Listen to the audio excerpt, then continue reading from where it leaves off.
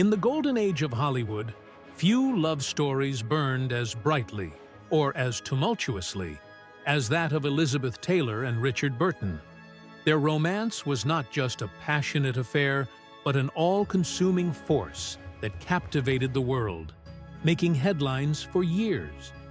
It was a love that defied expectations, shattered societal norms, and survived through storms of scandal, divorce, and reconciliation.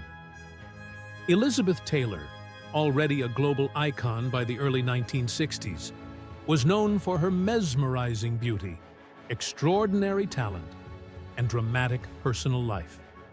Richard Burton, a Welsh stage actor turned Hollywood star, was equally gifted, a man of intellect, charisma, and a deep, booming voice that commanded attention. When the two met on the set of Cleopatra in 1962, sparks flew instantly. The problem? They were both married to other people. What followed was a love affair that sent shockwaves through Hollywood and beyond. The Vatican publicly condemned them. Studios worried about their reputations, and their personal lives became tabloid fodder. Yet, despite the chaos, they found themselves drawn to each other over and over again. Their story was one of passion, heartbreak, and an undeniable connection that stood the test of time. In 1962, Hollywood was in the midst of creating one of the most ambitious and expensive films of all time, Cleopatra. The historical epic, produced by 20th Century Fox, was intended to be a masterpiece, but behind the scenes, a far more dramatic story was unfolding. The film's leading lady, Elizabeth Taylor, had already secured her place as one of the biggest stars in the world. Playing the role of Cleopatra, she was earning a record-breaking $1 million salary, an unheard-of sum at the time. Opposite her, playing Mark Antony, was Richard Burton. A respected Shakespearean actor from Wales, he had built a reputation for his deep voice, commanding presence, and undeniable charisma. Though married to Sybil Williams, Burton had a well-known reputation as a womanizer, charming his way through Hollywood. However, nothing could have prepared him for Elizabeth Taylor. The first day they shared a scene together, the chemistry was electric. According to accounts from the set, their flirtation was immediate and intense. During one pivotal scene, where Cleopatra and Mark Antony share a kiss, the director called "cut," but Taylor and Burton continued kissing, lost in the moment. The entire set was silent, watching as reality blurred into fiction. At first, both actors denied any romantic involvement. Taylor was married to Eddie Fisher, the singer she had controversially taken from Debbie Reynolds. She had already been through multiple marriages and knew the power of the public eye. But resisting Burton was easier said than done. Their connection deepened as filming progressed, and soon their stolen glances turned into stolen moments. They spent hours together, drinking, laughing, and engaging in passionate intellectual debates. Burton, known for his sharp wit, was drawn to Taylor's intelligence and sharp humor. Taylor, in turn, was mesmerized by Burton's eloquence and presence. As their off-screen romance heated up, the world began to take notice. Paparazzi started snapping photos of them together, and rumors of an affair spread like wildfire. The foundation had been laid for what would become one of Hollywood's most scandalous love stories. By 1962, Hollywood had seen its fair share of high-profile love affairs, but none would compare to the scandal that erupted between Elizabeth Taylor and Richard Burton. Their relationship was far from a harmless flirtation. It was a passionate, all-consuming love affair that disregarded the boundaries of marriage, loyalty, and public expectation. Both Taylor and Burton were married when they fell for each other. Taylor was still with Eddie Fisher, the singer she had controversially married after leaving her previous husband, Mike Todd. following his tragic death in a plane crash. Burton, on the other hand, had been with his wife, Sybil Williams, for over a decade.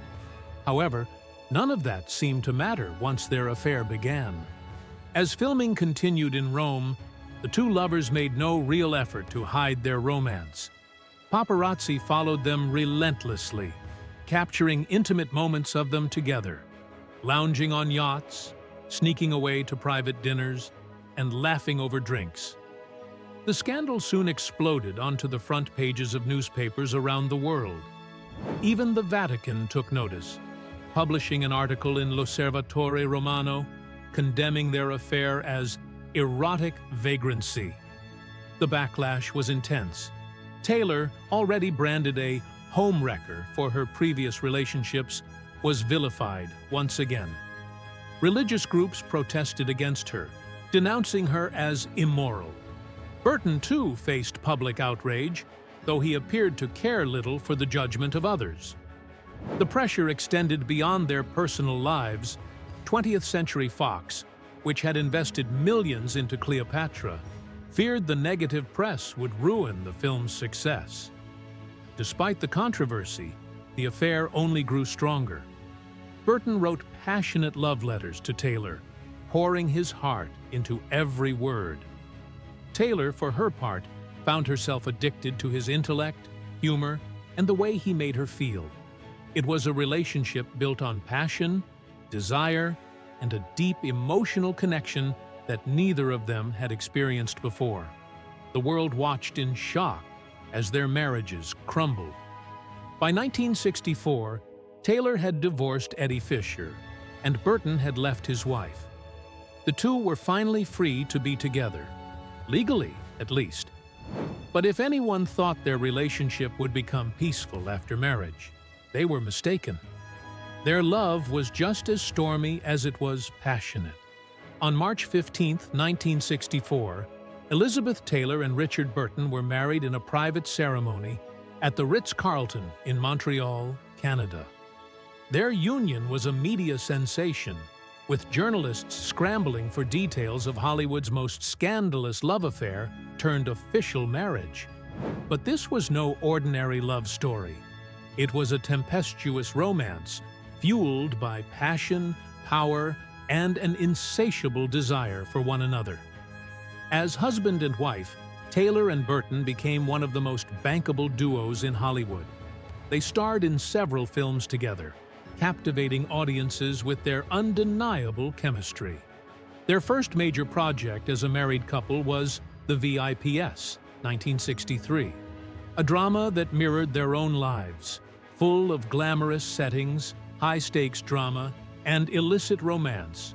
Audiences couldn't get enough, and the film was a hit. But their most critically acclaimed collaboration came in 1966 with Who's Afraid of Virginia Woolf? In the film, Taylor and Burton played a bitter, dysfunctional couple, hurling insults and emotional daggers at each other with terrifying realism. Taylor, who had long been seen as just a beautiful face, transformed into a raw, unfiltered version of herself, gaining critical praise and winning her second Academy Award for Best Actress.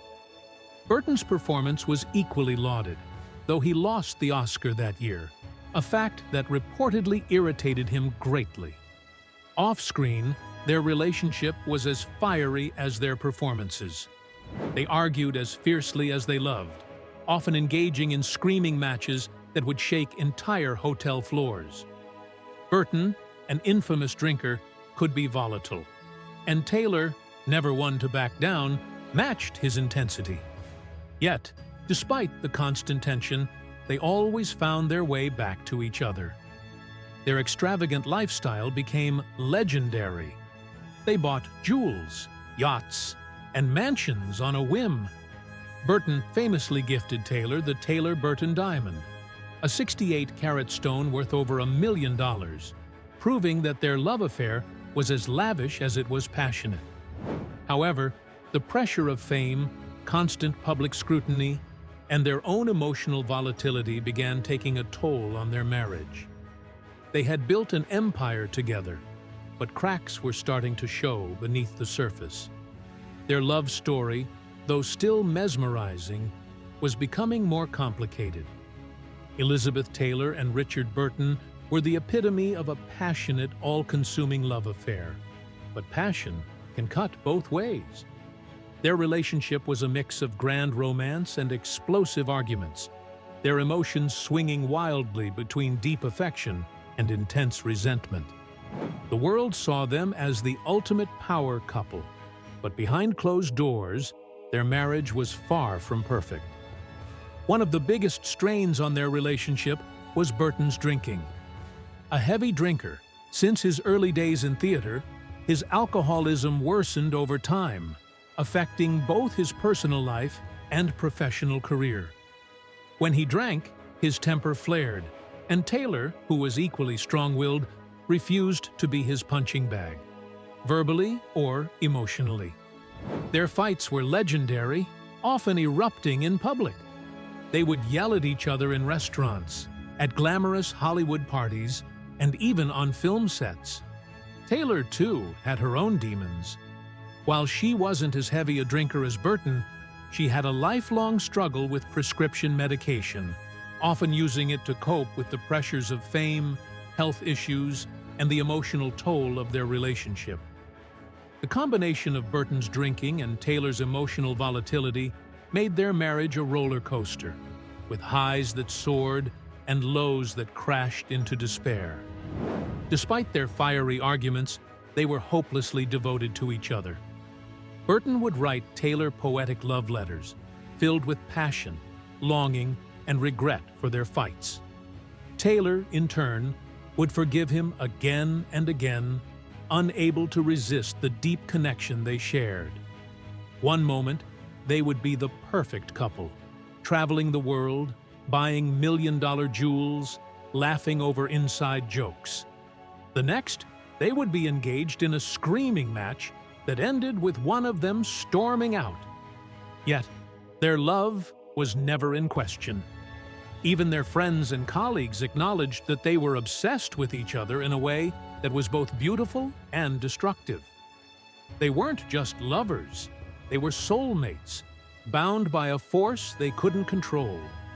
In public, they put on a glamorous front, attending premieres and Hollywood galas, looking as dazzling as ever. But behind the scenes, the cracks in their marriage were deepening. The arguments grew more frequent, the reconciliations shorter, and the weight of their own legendary love began to feel unbearable. Their relationship was running on passion alone, but passion wasn't enough to keep them together forever. By the early 1970s, the intense love affair that had once defied all odds was now collapsing under its own weight. The constant arguments, the excessive drinking, and the emotional strain had taken a toll on both Elizabeth Taylor and Richard Burton. The couple who had once seemed inseparable was now drifting apart, unable to find peace together. In 1974, after 10 years of marriage, Taylor and Burton shocked the world by announcing their divorce. Fans were heartbroken, the media went into a frenzy, and Hollywood seemed to lose one of its most iconic love stories. The official reason given was irreconcilable differences, but those close to them knew the truth. Burton's drinking had worsened, their fights had become unbearable, and they had simply exhausted each other. However, even in separation, their love was undeniable. They continued to communicate, and Burton wrote Taylor letters filled with regret and longing. He missed her, and she missed him. No matter how much they hurt each other, neither could fully let go. Just a year after their divorce, in 1975, they did the unthinkable. They remarried. In a private ceremony in Botswana, Taylor and Burton reunited, hoping that this time they could make it work. The world watched in disbelief, and for a brief moment, it seemed like their love story would have a second chance. But the same problems that had torn them apart before still lingered. Burton's drinking had not improved, and their arguments resumed almost immediately. Though they loved each other deeply, their relationship had become a cycle of passion and destruction that neither of them could break. Their second marriage lasted less than a year. In 1976, Taylor and Burton divorced for the second and final time. This time, they both seemed to accept that they were not meant to be together. But even as they moved on with other people, the love between them never truly faded. Burton would later say that Taylor was the greatest love of his life, and Taylor, in her own way, made it clear that Burton was the man who had left the deepest mark on her heart. Their story didn't end with marriage, but it also didn't end with divorce. Even after their second divorce, Elizabeth Taylor and Richard Burton remained forever intertwined in the public's imagination. Their love story, filled with passion, scandal, and heartbreak, became the stuff of Hollywood legend. They were more than just actors. They were the embodiment of an epic romance, one that defied norms and captured the world's fascination. Despite moving on to other relationships, Taylor and Burton never truly left each other's hearts. They continued to exchange letters, and Burton often confided in friends that Taylor was the love of his life. In 1984, just days before his sudden death from a brain hemorrhage, Burton sent Taylor one final letter. She kept it by her bedside for the rest of her life, never revealing its contents. Taylor, too, never stopped speaking of Burton with fondness and admiration. Even after his passing, she kept the massive Taylor-Burton diamond as a reminder of their extravagant love. She later became known not just for her acting, but for her humanitarian work, particularly in AIDS activism, something Burton had encouraged her to pursue. Their legacy lives on in their films, in Hollywood history, and in the timeless nature of their love. Decades after their deaths, they remain one of the most famous couples to ever grace the silver screen. Their love story, flawed, passionate, and unforgettable, proves that some connections are simply too powerful to fade, even with time.